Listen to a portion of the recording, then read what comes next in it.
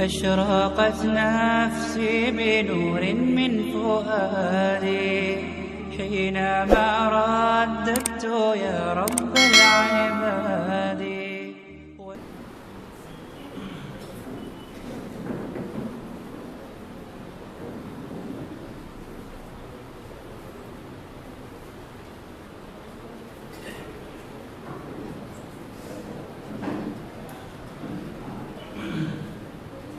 السلام عليكم ورحمة الله وبركاته. إن الحمد لله نحمده ونستعينه ونستغفره ونعوذ بالله من شرور أنفسنا وسيئات أعمالنا. من يهده الله فلا مضل له ومن يضلل فلا هادي له. ونشهد أن لا إله إلا الله وحده لا شريك له ونشهد أن محمدا عبده ورسوله. اللهم صل على محمد وعلى آل محمد كما صليت على إبراهيم وعلى آل إبراهيم إنك حميد مجيد. اللهم بارك على محمد وعلى آل محمد كما باركت على إبراهيم وعلى آل إبراهيم إنك حميد مجيد. يا أيها الذين آمنوا اتقوا الله حق تقاته ولا تموتن إلا وأنتم مسلمون. يا أيها الناس اتقوا ربكم الذي خلقكم من نفس واحدة وخلق منها زوجها وبث منهما رجالا كثيرا ونساء واتقوا الله الذي تساءلون به والأرحام إن الله كان عليكم رقيبا.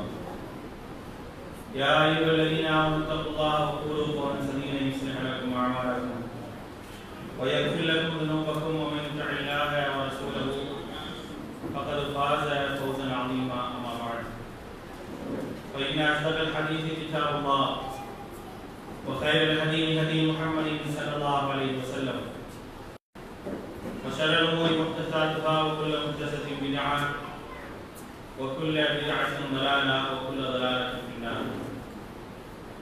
فقال الله تعالى في القرآن العظيم: فأعوذ بالله من الشيطان الرجيم بسم الله الرحمن الرحيم إن هذا القرآن يهدي للتي هي أقوم ويبشر المؤمنين الذين يعملون الصالحات أن لهم أجرا كبيرا. رب اشرح لي صدري ويسر لي أمري واحلل عقدة من لساني يفقهوا قولي. அளவற்ற அல்லாஹ்வும் நிகரற்ற பேரன்புடையவனுமாகிய எல்லாம் வல்ல அல்லாஹ்வின் திருப்பெயர் போற்றி அவருடைய சாந்தியும் கருணையும் அல்லாஹ்வுடைய தூதர் முஹம்மது ஸல்லல்லாஹு அலைஹி வஸல்லம் அவர்கள் மீதும் அவர்களை பின்பற்றி வாழ்ந்த உத்தம சத்திய தோழர்கள் நல்லவர்கள் மீதும் அவர்களை நடிச்சுவடை பின்பற்றி வாழ்ந்து கொண்டிருக்கக்கூடிய அனைத்து மக்கள் மீதும் காரணமாக அல்மனார் புது மதரசாவினுடைய 5ஆம் ஆண்டு நிறைவு நிகழ்ச்சியிலும் 3ஆம் ஆண்டு பட்டமளிப்பு நிகழ்ச்சியிலும் கலந்து கொண்டு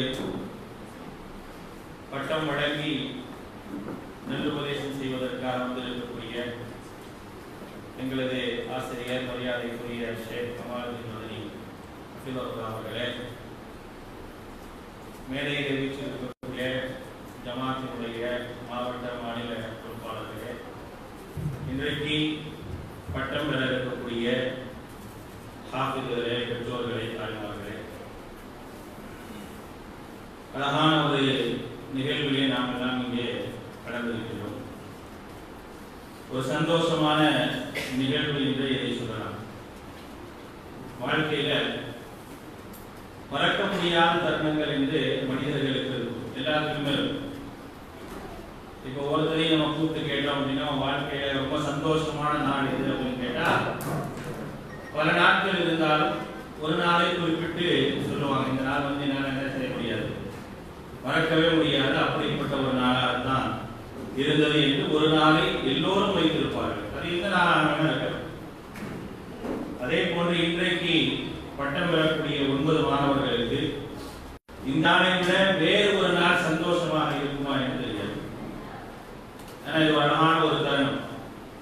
இன்றைக்கு அந்த 9 பேர் தான் கதாநாயகர்கள். யார் வந்து உரையாற்றினாலும் சரி, பட்டம் கொடுத்தாலும் சரி, யார் வந்து பார்க்க வந்தாலும் சரி, எல்லாவற்றையும் விட இன்றைக்கு கதாநாயகர்கள் அங்கே உட்கார்ந்து இருக்கிறாங்க. அவங்க இடது பக்கம் ஓரமா அவங்களுக்கு இன்னைக்கு இருக்கக்கூடிய சந்தோஷம் கூட யாருக்கும் இருக்காது. வந்ததுல ஒரு பாதி வராது யார் பட்டம் வாங்குறான்னு எட்டியாலும் பார்த்துருக்குமா இல்லையா? அப்படி பார்க்கும்போது அவருடைய மனநிலை எப்படி இருக்கும்? ரொம்ப சந்தோஷமா இருக்கு, நம்ம தான் பார்க்குறாங்க. இப்ப பேசுறவங்களை பத்தி அவங்க என்ன நம்மளை பத்தி தான் பேசுறாங்க. இது வாழ்க்கையில கிடைக்கக்கூடிய மிக அழகான ஒரு சந்தோஷமான ஒரு தருணம். இந்த சந்தோஷத்தை அவங்க இன்னும் 10 வருஷம் கழிச்சு நினைச்சு பார்த்தா கூட அது சந்தோஷமா இருக்கும். இன்னும் 10 வருஷம் ஆன பிறகு இப்படி ஒரு நிலையை அவர்கள் நினைச்சு பார்க்கும்போது மனசுல ஒரு பூரிப்பு வரும். அதான் அல்லாஹ் ரப்பல் ஆலமீன் மனிதனுக்கு தரக்கூடிய ஒரு அழகான ஒரு தருணம். வாழ்க்கையில மறக்க முடியாத தருணங்கள்ல இது ஒன்று. அப்படிப்பட்ட ஒரு தருணத்தை இன்றைக்கு மாணவர்கள் அடைஞ்சிருக்கிறாங்க. அதே சந்தோஷம் இந்த மாணவர்களை பெற்ற பெற்றோருக்கு. அது என்னுடைய மகன், உங்க மகன் தான் பட்டம் வாங்குறானா அப்படின்னு கேட்கும் பொழுது ஒரு பூரிப்போடு சொல்லுவோம் பார்த்தீங்களா, அதான் என் பையன் அப்படின்னு சொல்லும் போது இருக்கக்கூடிய அந்த சந்தோஷம் இருக்கு. அந்த சந்தோஷம் என்பது அதை விட அனாதியானது பெற்றோர்களுக்கு. மூன்றாவதாக நிர்வாகத்திற்கு. நிர்வாகம் இன்றைக்கு மற்ற எத்தனையோ நிகழ்ச்சிகள் நடக்கும்போது இந்த கல்வி சம்பந்தப்பட்ட, அதுவும் குர்ஆன் சம்பந்தப்பட்ட ஒரு நிகழ்ச்சியை நடத்தக்கூடிய நேரத்தில் அவங்களுக்கு ஒரு அலாதியான ஒரு சந்தோஷம். ஒரு 9 மாணவர்களை நாம் தயார் செய்து அனுப்பிட்டு 3வது பேட்ச் அனுப்புறாங்க. இந்த 3வது பேட்ச் அனுப்பும் போது வெளியே போய் அல்மனா அப்படிங்கிற அந்த மதரசாவினுடைய பேர் வெளியே தெரியும் பொழுது இங்கே படித்த மாணவர் எவ்வளவு அழகான ஒரு திறமை மிக்க ஒரு மாணவராக இருக்கின்றார் என்ற ஒரு செய்தி வெளிப்படும் பொழுது அந்த நிர்வாகத்தில் இருக்கக்கூடிய, இந்த ஜமாத்தில் இருக்கக்கூடிய சந்தோஷம் இருக்கு. அதை விட அலாதியான இந்த 3 சந்தோஷம் இருக்கு. வாழ்த்துறை தானே, அவங்க தான் அதுக்கு சொந்தக்காரங்க. இந்த 3 சந்தோஷத்தையும் தக்க வைக்கக்கூடிய பொறுப்பு இவங்களுக்கு தான். இவர்களை தவிர வேற யாருக்கும் கிடையாது. இந்த சந்தோஷம் எந்த அளவுக்கு நிலைக்கும் என்று சொன்னால், இவருடைய உள்ளத்தில் குர்ஆன் தொடர்ந்து நிலைத்திருக்கக்கூடிய காலமெல்லாம் அந்த சந்தோஷம் நிலைத்துக் கொண்டே இருக்கும். இவங்க எங்கெல்லாம் இந்த திருமறை குர்ஆனை ஓதுகின்றார்களோ அப்படி ஓதக்கூடிய நேரத்திலும் இந்த சந்தோஷங்கள் தொடர்ந்து கொண்டே இருக்கும். அப்படிப்பட்ட இந்த சந்தோஷத்தை பாதுகாத்துக் கொள்வது என்பது மிக முக்கியமான ஒரு கடமையாக இருக்கிறது. எப்படி நான் பாதுகாக்கிறது? எனக்கான சந்தோஷத்தை நான் எப்படி பாதுகாக்க வேண்டும் என்று இந்த மாணவர்கள் முதலாவது தெரிந்து கொள்ள வேண்டும். எப்படி அது? என்னுடைய ஹிஃபுத் இருக்கா இல்லையா? நான் என்னுடைய ஹிஃபுதை மறக்காமல் இருந்து கொண்டே இருப்பதுதான் என்னுடைய சந்தோஷத்துடைய வெளிப்பாடாக நினைக்கிறேன். என் சந்தோஷத்துடைய வெளிப்பாடாக எப்படி நினைக்கணும் அப்படின்னா, இந்த ஹிஃபுதை என்னுடைய வாழ்க்கையில நான் மனப்பாடமாகவே வச்சிருப்பேன். ஏன்னா இது கட்டி போடப்பட்ட ஒட்டகத்தை கொண்டிருக்கிறாங்க நபிசல்லாஹு. விட்டா என்ன செய்யும்? ஓடி போய் ஒட்டகத்தை கட்டி போட்டு அவுத்து விட்டா எப்படி வேகமா போகுமோ அதை விட வேகமாக போகக்கூடியது உங்களுடைய மனதில் உள்ள குர்ஆன் என்று அல்லாஹ்வுடைய தூதர் ஸல்லல்லாஹு அலைஹி வஸல்லம் சொல்றாங்க. அதனாலதான் குர்ஆனை மரணம் செய்த ஒருவர் மறந்து விட்டார் என்று சொன்னால் மறந்துட்டேன்னு சொல்லாதீங்க, மறக்கடிக்கப்பட்டேன் என்று சொல்லுங்கிறார் நபி ஸல்லல்லாஹு அலைஹி வஸல்லம். அதனுடைய அர்த்தத்தை நம்ம புரிஞ்சுக்கணும். ஏன் அதை சொல்றாங்க? அப்ப அதை என்னுடைய உள்ளத்தில் இருந்து அது போய்விடக் கூடாது என்பதற்கான ஒரு முக்கியமான ஒரு நிலையை அல்லாஹ்வுடைய தூதர் ஸல்லல்லாஹு அலைஹி வஸல்லம் அவர்கள் விளக்கி சொல்கிறார்கள். அதற்காகத்தான் கட்டி போடப்பட்ட ஒட்டகத்தை போன்று அவிழ்த்து விட்டால் எப்படி போகுமோ அது போன்று உங்களுடைய மனசை விட்டு போயிடுவோம். இப்ப அல்லாஹ் காப்பாற்றணும். ஒரு இடத்துல நம்ம படிச்சு பட்டம் வாங்கி பட்டம் கொடுக்கப்பட்டு ஒரு இமாமாகவோ அல்லது மேற்படிப்பு படிக்கக்கூடிய மாணவனாகவோ நாளை ஒரு சமூகத்தில் ஒரு அடைப்பாளனாகவோ மற்ற பொறுப்புகளிலோ வரும் பொழுது எல்லாவற்றையும் விட முன்னால் இருக்கக்கூடிய விஷயம் என்ன தெரியுமா? இந்த ஹாஃபிஸ் என்று சொல்லக்கூடிய அந்த விஷயம். வேற எதுவும் நினைக்காது. இந்த ஹாஃபிஸ் சொல்லக்கூடியதான் முதல்ல. அவர் அடுத்து படிக்கக்கூடிய, இங்கே படித்துக் கொண்டிருக்கக்கூடிய மாணவர்களாக இருக்கட்டும், ஏற்கனவே படித்த மாணவர்களாக இருக்கட்டும், ஃபிர்தௌசியா அரபிக் கல்லூரியிலே படித்துக் கொண்டிருக்கிறார்கள். இப்ப இங்க படிக்கிறாங்க, அல்லாஹ்வுடைய வேதத்தை மரணம் செய்திருக்கிறார்கள். அடுத்து மேற்படிப்புக்கு சென்று அங்கே மொழி ரீதியான பாடங்களையும் இலக்கண ரீதியான பாடங்களையும் அவர்கள் படிக்கின்றார்கள். அவங்க மரணம் செய்திருக்கக்கூடிய இந்த குர்ஆன் இருக்கா இல்லையா, அவர்கள் அடுத்து படிக்கக்கூடிய படிப்பு அவர்களை எப்படி பக்குவப்படுத்தும் தெரியுமா? அகீதா ரீதியாக அது அவர்களை பக்குவப்படுத்தும். இதெல்லாம் இங்க உட்கார்ந்துருக்கவங்கள பக்குவப்படுத்தணும். அதுக்காக தான் நான் சொல்றேன். இவங்களுக்கு இன்னைக்கு நசீஹா என்பது இவங்களுக்கு கடைசியா சொல்லுவோம். ஆனா இன்னைக்கு நசீஹத் என்பது யாருக்கு தான்? எல்லாரும் உட்கார்ந்து இருக்கிறது சரி, ஷேக் இருக்கிறதும் சரி, யாருக்காக வந்திருக்காங்க? உங்களுக்காக தான் வந்திருக்காங்க. அப்ப உங்களை பார்த்து தான் நாங்க செய்தியை சொல்ல வேண்டியது. சரிங்களா? அப்ப இங்கே இருக்கக்கூடிய நீங்கள் இதை முடித்த பிறகு நீங்க மேலே படிக்கக்கூடிய நேரத்தில் எந்த துறையை படித்தாலும் அந்த துறைக்கு நீங்கள் மரணம் செய்திருக்கக்கூடிய இந்த குர்ஆன் உங்களுக்கு மிகப்பெரிய உறுதுணையாக, மிகப்பெரிய உறுதுணையாக. குர்ஆன் என்பது ஒரு சாதாரணமானதல்ல. ஒரு மருத்துவர் இந்த குர்ஆனை அறிகிறார் என்று சொன்னால் மருத்துவ ரீதியான ஒரு விடையை இந்த குர்ஆன் தரும். அது வெறும் பார்த்து ஓதுதல் மட்டும் கிடைக்காது. அதை மனனம் செஞ்சிருக்கணும், அதை விளங்கக்கூடிய ஆற்றல் இருக்கணும், அதை புரியக்கூடிய திறமை இருக்கணும். இதெல்லாம் இருந்தது என்று சொன்னால் கண்டிப்பாக இந்த குர்ஆனை நீங்கள் மனனம் செய்திருக்கக்கூடிய நேரத்தில் உங்கள் அந்த குர்ஆன் உங்களை எல்லா வழிகளிலும் எல்லா துறைகளிலும் பக்குவப்படுத்தக்கூடியது. நீங்க ஆராய்ச்சியாளர்கள் பார்க்கணும். நிறைய ஆராய்ச்சியாளர்கள் உருவாகி இருக்கிறார்கள். அந்த ஆராய்ச்சியாளர்கள் பெரும்பாலானோர் அவங்க ஆராய்ச்சிக்காக பயன்படுத்தியது அப்படின்னா குர்ஆனை பயன்படுத்தினாங்க. உங்களை பார்த்து பேசுறேன்னு நினைக்காதீங்க. நீங்க ஃபர்ஸ்ட் அவங்களை பார்த்து சொல்லுங்க, அவங்க தான் பேசணும். அதனால அப்ப ஆராய்ச்சியாளர்களை பொறுத்த வரைக்கும் அவங்க இந்த குர்ஆனை வசன ரீதியாக எழுதுறாங்க. இந்த குர்ஆன்ல வரக்கூடிய ஒவ்வொரு சட்டத்தையும் ஏன் இந்த சட்டம் சொல்லப்படுது, ஏன் இது சொல்லப்படுவதற்கான காரணம் என்ன அப்படிங்கறத அணுகுறாங்க. அப்ப ஏன் அவன் அணுகக்கூடிய அந்த ஆற்றல் எப்போ வருதுன்னா அந்த குர்ஆன் அவனுடைய உள்ளத்தில் இருக்கிறாங்க. அப்ப உங்களுக்கு முதல் அடிப்படையாக குர்ஆனை பார்த்து வர தெரிந்திருந்தீர்கள். அதுக்கப்புறம் இன்றைக்கு குர்ஆனை மனனம் செய்த ஆசிரியராக இருக்கிறீர்கள். அடுத்து நீங்க செய்ய வேண்டியது என்னது? இந்த குர்ஆனை நீங்க புரிய வேண்டும். அர்த்த ரீதியாக, மொழி ரீதியாக, விளக்க ரீதியாக இந்த குர்ஆனை புரிய வேண்டும். ஒவ்வொரு விஷயத்தையும் அல்லாஹ் தஆலா எவ்வளவு நுணுக்கமாக சொல்கிறான் என்பதை நீங்கள் புரிந்து கொண்டால்தான் உங்களை இந்த சமூகத்தில் கொண்டு போய் நிறுத்தப்படுது. இன்னைக்கு எப்படி ஒரு உயர்ந்த இடத்துல அல்லாஹ் ரப்பல் ஆலமீன் இன்னைக்கு உங்களை நிறுத்துறானோ அதை விட உயர்ந்த இடத்துல இந்த குர்ஆன் உங்களை கொண்டு போயிட்டே இருக்கு. குர்ஆன் உங்களை கொண்டு போயிட்டே இருக்கு. அது எந்த அளவுக்கு உங்களை கொண்டு போகும்? நாளை மறுமை நாள் வரைக்கும் கொண்டு போகும். மறுமையில நீங்க எப்படி சொர்க்கத்துக்கு போவீங்க? ஹதீஸ் தெரியுமா? மறுமையில குர்ஆனை மரணம் செஞ்சிருக்காங்கல்ல, குர்ஆனை மரணம் செய்தவர்கள் எப்படி சொர்க்கத்திற்குள்ள நுழைவாங்க அப்படிங்கறத அல்லாஹ்வுடைய தூதர் ஸல்லல்லாஹு அலைஹி வஸல்லம் சொல்றாங்க. நாளைக்கு மறுமையில இன்னைக்கு ஒருத்தர் வந்து உங்களை கூப்பிடுறாரு, கூப்பிட்டு ஓதுப்பா அப்படிங்கிறாங்க. நீங்க ஓதுறீங்க. உங்களுக்கு பரீட்சை வச்சிருப்பாங்க, பரீட்சையில பல கேள்வி கேட்டிருப்பாங்க, நீங்க எல்லாம் ஓதி இருப்பீங்க. அப்படியே ஓதி ஓதி என்ன செஞ்சிருப்பீங்கன்னா ஒவ்வொரு இடத்துக்காக வந்து தான் நீங்க உட்கார்ந்துருக்கீங்க. அப்படிதானே? ஆமாம் இல்லையா? அப்படிதான் உட்கார்ந்துருக்கீங்க. இப்ப நாளை மறுமையில இதை எப்படி நான் பக்குவப்படுத்திக் கொள்ளணும் அப்படின்னா, நாளை மறுமை நாள்ல அல்லாஹ் ரப்பல் ஆலமீன் என்னை வந்து ஒரு சிறந்த இங்கே எப்படி இந்த ஒரு அந்தஸ்தை வச்சிருக்கானோ அதே போல நாளைக்கு அல்லாஹ் என்னை உயர்த்தி வைக்கும் சந்தோஷமா வராது. வருமா இல்லையா? இது ஒரு சந்தோஷம் தான் எனக்கு. நீ சந்தோஷமா கருப்பு போட்டு போச்சு வைத்தான ஒரு சஹாதாவை கொடுத்து அப்படி கையில வாங்கி நீங்க உட்காரும் போது 10 பேர் என்ன செய்வாங்க, உங்க போட்டோ எடுத்து நான் சொல்லுவாங்க.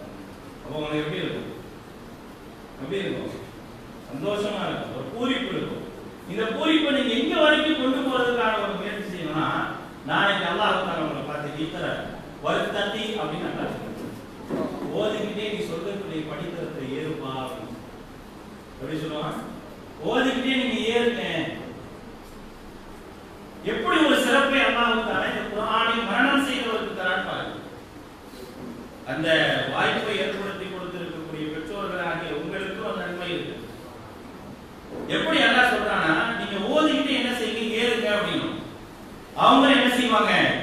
ஏறிக்கொண்டே இருப்பாங்க. ஏறி ஏறி ஏறி போயிட்டே இருப்பாங்க. போய் எப்ப நீ மனப்பாடம் செஞ்சதெல்லாம் ஓதி முடிச்சிட்டு நீ ஒரு இடத்துல போய் ஸ்டாப் ஆக தெரியுமா? அப்படி ஸ்டாப் ஆகிற இடத்துல உனக்கு ஒரு சொர்க்க வாசல் திறந்துருக்கு, உள்ள போயிடும். எப்படி சந்தோஷமா இருக்குமா?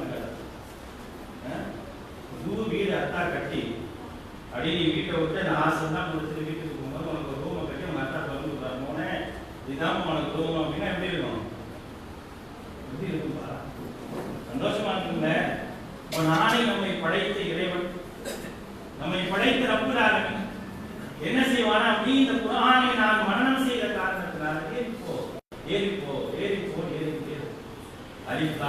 ஆரம்பிச்சு சூரத்துல் நாஸ் முடிக்கும் போது அல்லாஹ் நாடி உங்களுக்கு முதல் படித்தரத்தை வைத்திருந்தால் அந்த இடத்தில் நாம் இந்த சந்தோஷத்தை உணர்வோம் என்பது.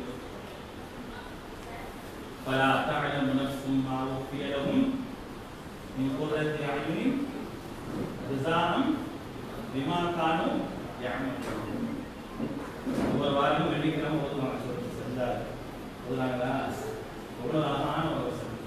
فلا تعلم نفس ما أخفي لهم من قرة أعين.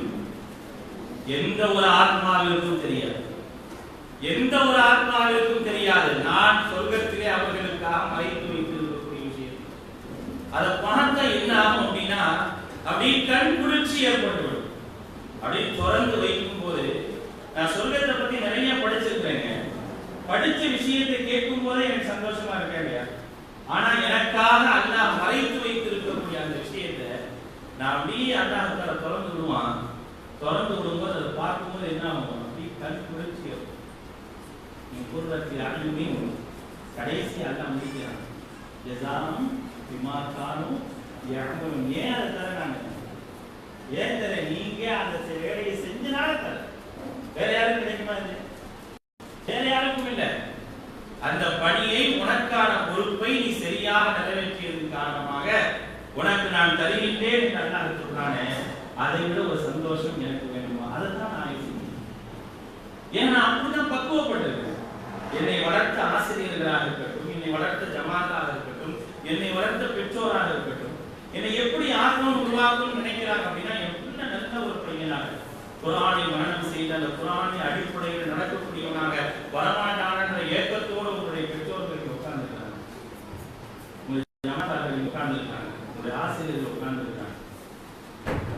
அதான் நம்ம தலைவர் பேசும்போது சொன்னாங்க, நமக்கான சில குறைநிலைகள் இருக்கலாம், அதையெல்லாம் தாண்டி இந்த ஸ்தாபனத்தை சரியான முறையில் கொண்டு செல்ல வேண்டும் என்பதற்கான ஒரு முயற்சியாகத்தான் இது இருக்கும். அந்த முயற்சி உங்களுக்கு தான் இருக்கு. அதை உங்களை பார்த்து இந்த ஸ்தாபனம் மேம்படுவதை விட அதோடு சேர்ந்து நீங்களும் உயர்த்த ஒரு நிலைக்கு போகணும். அந்த நிலையினுடைய லட்சியம் சந்தோஷம் எங்க இருக்கணும்? சொர்க்கத்தில் இருக்கக்கூடிய முதல் படித்தரத்தில். அதான தேவை. முதல் படித்தரத்தில் போக மாட்டோம், போவோம் கண்டிப்பா. அந்த படித்தரத்திற்கு போவது நான் இங்கே வைத்திருக்கக்கூடிய இந்த குர்ஆனுடைய அந்த மரணம் எனக்கு உதவியாக. அல்லாஹ் ரப்பல் ஆலமீன் சொல்றாங்க, இந்த குர்ஆன் எப்படிப்பட்டது? 17வது அத்தியாயத்தினுடைய 9வது வசனத்திலே அல்லாஹ் ரப்பல் ஆலமீன் சொல்லி காட்டுகிறார், இன்னஹாதல் குர்ஆன், நிச்சயமாக இந்த குர்ஆன் என்பது யஹ்தி லில்லதி ஹிய அக்வம், யஹ்தி லில்லதி ஹிய அக்வம், மிக மிக நேர்மையானதின் பக்கம் வழிகாட்டுகிறது. அக்வம் அப்படின்னா உச்சபட்சமான நிலை. அல்லாஹ் சொல்றார் உச்சபட்சமான நிலைக்காக அந்த அக்வம்ன்ற வார்த்தையை பயன்படுத்துறாங்க. மிக மிக உயர்ந்த இடத்திற்கு என்னை வழிகாட்டக்கூடியதாக இருக்கு. அந்த வழிகாட்டலுடைய முதல் படியில நீங்க உட்கார்ந்துருக்கீங்க. முதல் படியில தான் நீங்க இங்க உட்கார்ந்துருக்கீங்க. அது அடுத்து உங்களை என்ன செய்யணும் தெரியுமா? அந்த செயல்பாடுகளின் மூலமாக ஒரு மகத்தான நற்கூலியை பெறக்கூடியவர்களாக நீங்க மாறும். யுபஷ்ஷிருல் முஃமினீன அல்லதீன யஅமலூன ஸ்ஸாலிஹாத்தி அன்ன லஹும் அஜ்ரன் கபீரா. எவர்கள் நல்ல செயல்களை செய்கிறார்களோ அப்படிப்பட்ட விசுவாசிகளுக்கு மகத்தான மிகப்பெரிய நற்கூலி உண்டு என்று அல்லாஹ் ரப்பல் ஆலமீன் சொல்லி காட்டுகிறானே. அப்படிப்பட்ட பாக்கியத்தை பெறக்கூடியவர்களாக கண்டிப்பாக இந்த திருமறை குர்ஆனை மரணம் செய்த மாணவர்கள் இருக்க வேண்டும் என்பதை புரிந்து கொள்ள வேண்டும். சரி, என்ன சிறப்புனா நமக்கு தந்திருக்கிறாங்க. இப்ப நம்ம யோசிக்க வேண்டிய விஷயம் என்னன்னா, என்ன சிறப்புகளை அல்லாஹ் ரப்பல் ஆலமீன் எனக்கு தர இந்த குர்ஆன். இந்த குர்ஆனை நான் மரணம் செஞ்சிருக்கேன். நீங்க மரணம் செய்து பட்டம் வாங்கிய கடந்த வருட மாணவர்கள் இங்க இருக்கிறாங்க.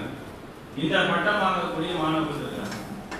உங்களுடைய வயது சிறியதாக இருந்தாலும் நீங்கள் பல உங்களை விட வயது மூத்தவர்களுக்கு முன்னால் முன்னிலைப்படுத்தப்படுறீங்களா இல்லையா? எங்க முன்னிலைப்படுத்துறீங்க? பள்ளியில தொலை வைக்கக்கூடிய நேரத்துல டக்குன்னு ஒரு பள்ளியில இமாம் இல்லைன்னா திரும்பணும்னு நீங்க இருந்தீங்க, என்ன செய்வாங்க? உங்களை முன்னிலைப்படுத்துறாங்க. இது யார் சொன்ன செய்தி? அல்லாஹ்வுடைய தூதர் ஸல்லல்லாஹு அலைஹி வஸல்லம் அவர்கள் சொன்ன மிக முக்கியமான ஒரு செய்தி. மிக முக்கியமான ஒரு செய்தியாக அல்லாஹ்வுடைய தூதர் ஸல்லல்லாஹு அலைஹி வஸல்லம் அவர்கள் சொல்லி காட்டுகிறார்கள். ஒரு மனிதன் ஒரு இமாமத் செய்ய வேண்டும் என்று சொன்னால், மக்களை வழிநடத்த வேண்டும் என்று சொன்னால், அவனுக்கு தெரிந்திருக்க விஷயம் என்ன அப்படின்னா அதிகமாக குர்ஆனை ஓத தெரிந்தவனாக இருக்க வேண்டும்.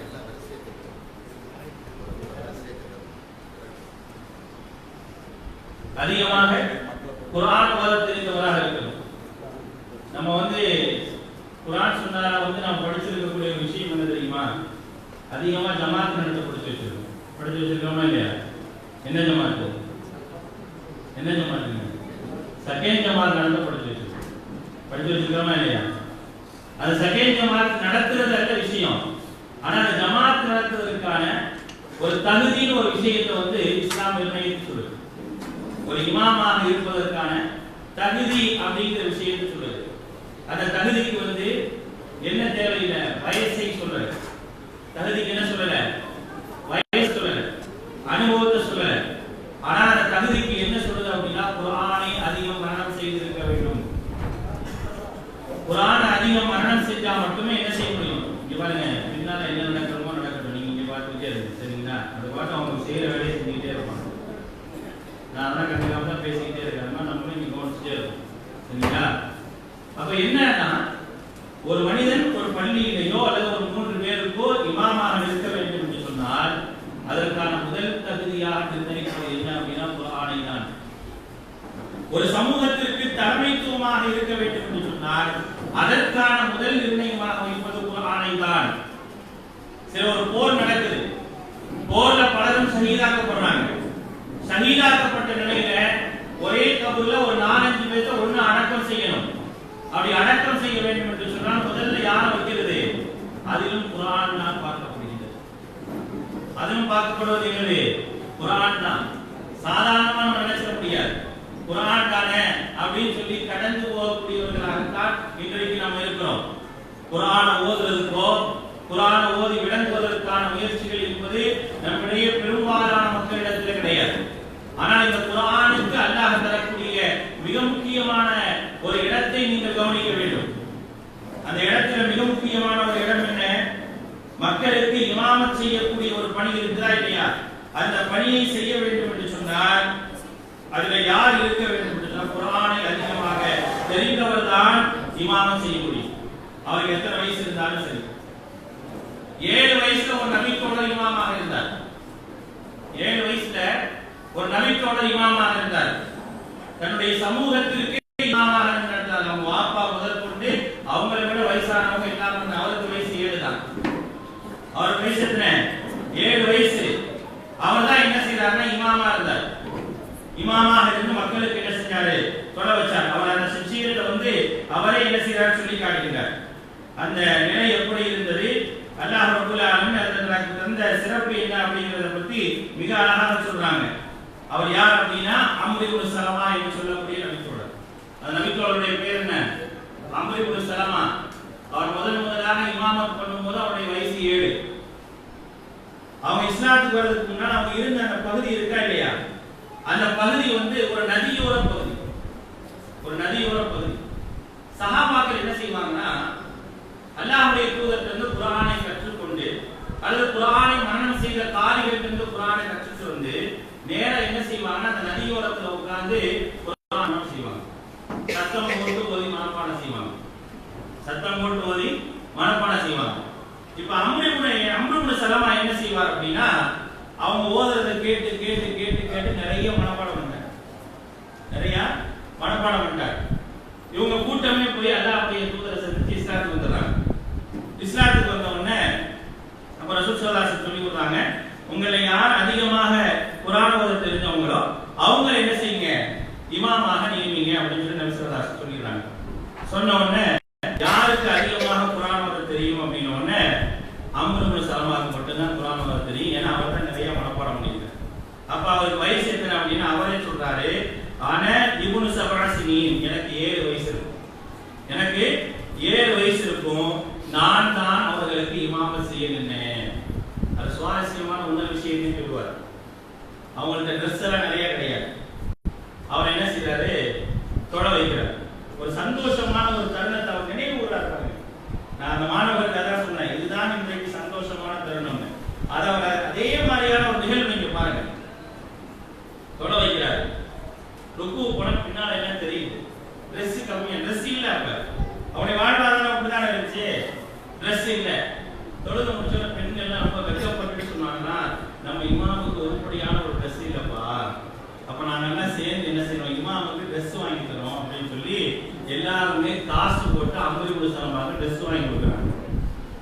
அம்ரு இப்னு சலமாக்கு ட்ரெஸ் வாங்கி கொடுக்குறாங்க. அடுத்தவர் தொலை வைக்கும் போது அந்த ட்ரெஸ்ஸை போட்டு தொலை வைக்கிறார்.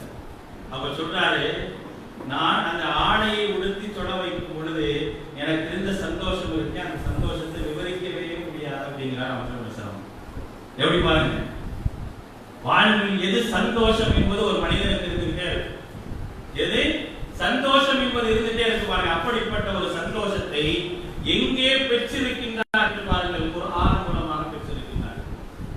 எனக்கு அவ்வளவு சந்தோஷமா இருந்துச்சு அப்படின்னு சொல்லி என்ன செய்றாங்க, அம்ரு இப்னு சலமா சொல்றாங்க. எவ்வளவு அழகான ஒரு செய்தி பார்த்தீங்களா, அவருடைய வாழ்வுல நடந்தத எவ்வளவு அழகான ஒரு செய்தியாக அவங்க நினைவு கூறுறாங்க அப்படின்னா, என்னுடைய வாழ்வு எப்படி இருக்க வேண்டும் என்பதற்கான ஒரு விஷயத்தை கவனித்து குர்ஆன் சாதாரணமாக நான் கடந்து செல்லக்கூடிய ஒரு காரியம் அல்ல.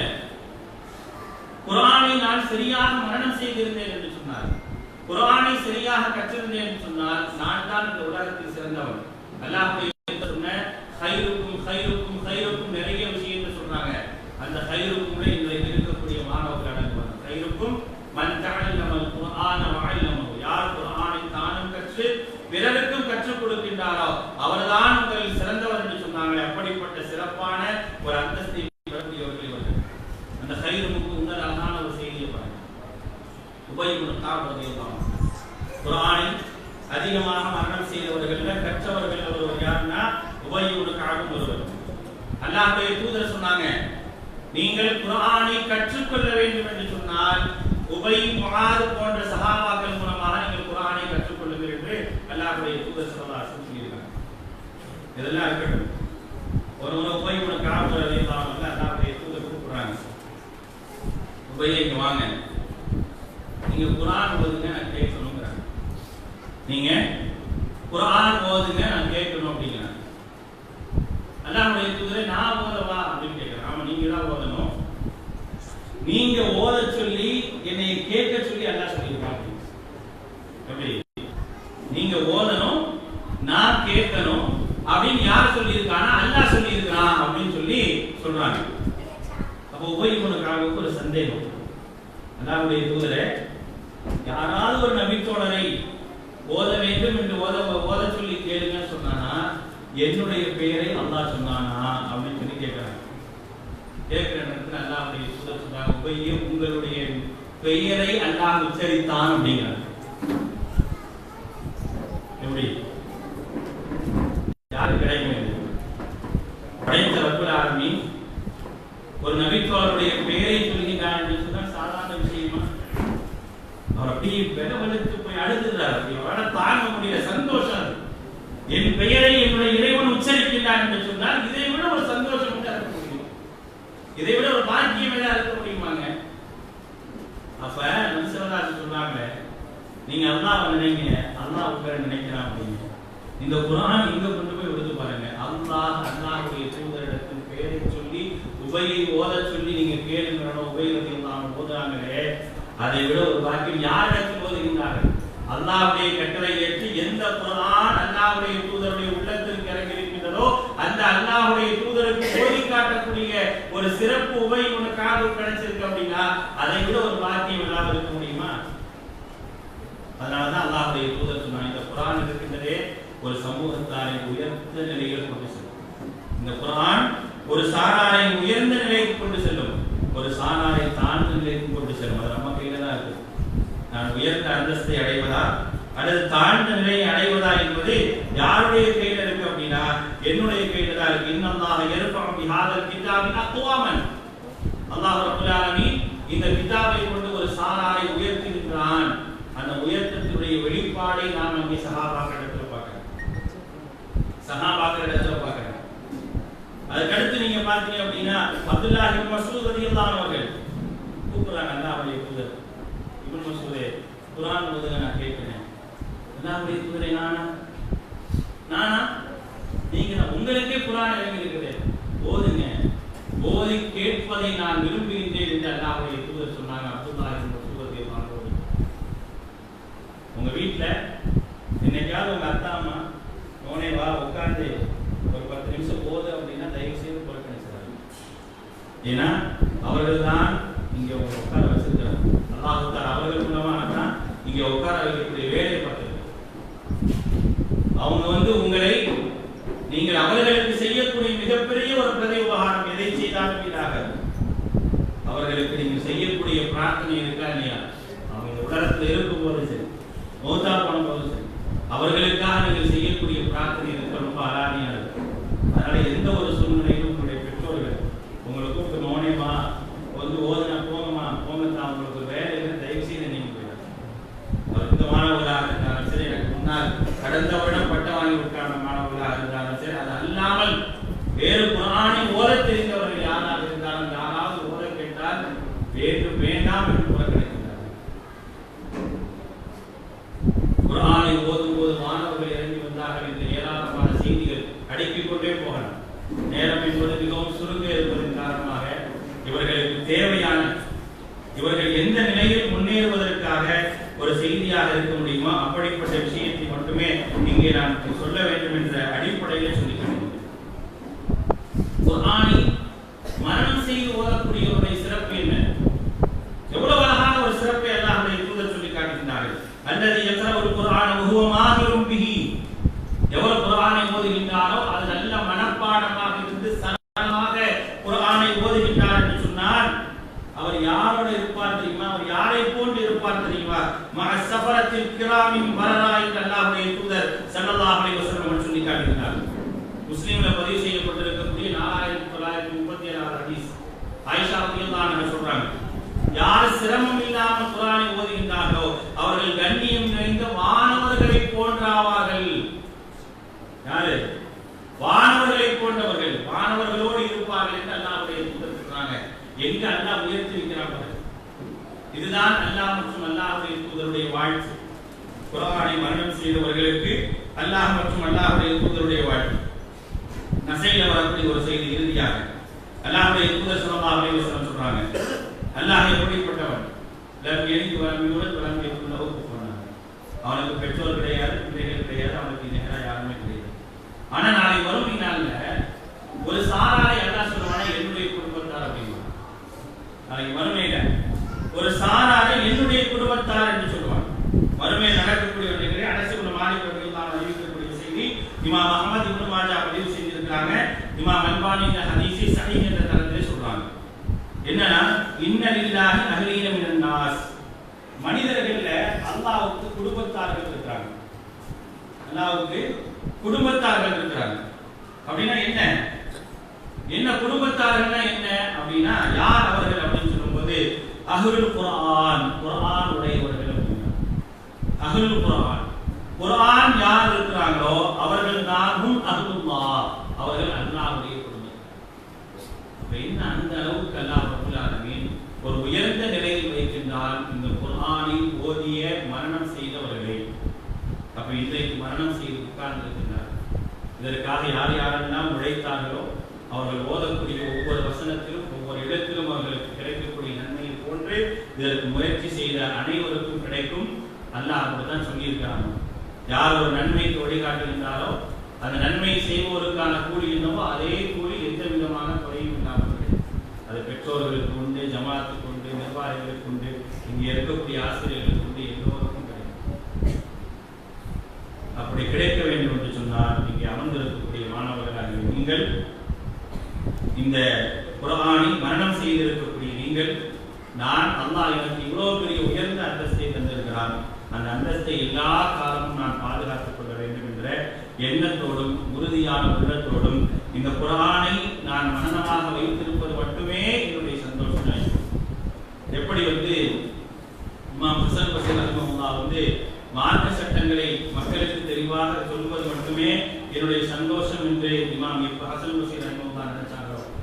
அதே போல இமாம் புகாரி ரஹ்மத்துல்லாஹ் சஹீஹான ஹதீஸ்களை சொல்வது மட்டும்தான் சந்தோஷம் என்று நினைச்சாங்களோ அதே போல என்னுடைய சந்தோஷம் என்பது இந்த குர்ஆனை காலமெல்லாம் என்னுடைய உள்ளத்தில் அப்படியே வைத்து மரணம் செய்து அதை ஓதிக்கொண்டே இருப்பதுதான் என்னுடைய சந்தோஷம் என்று நினைத்து வாழும்போது அல்லாஹ் ரப்பல் ஆலமீன் இந்த உலகத்திலும் மறுமையிலும் மிகப்பெரிய ஒரு வெற்றியும் ஈடேற்றத்தையும் தருவான். அப்படிப்பட்ட ஈடேற்றத்தையும் வெற்றியும் இந்த மாணவர்களுக்கும் இந்த மாணவர்களை உருவாக்கிய பெற்றோர்களுக்கும் ஆசிரியர்களுக்கும் நிர்வாகிகளுக்கும் இங்கே அமர்ந்திருக்கக்கூடிய அனைவருக்கும் நன்றி புரிவானாக. வாசு தாவானா அல்ஹம்துலில்லாஹி ரப்பில் ஆலமீன். வஸ்ஸலாமு அலைக்கும் வரஹ்மத்துல்லாஹி வபரகாத்துஹு.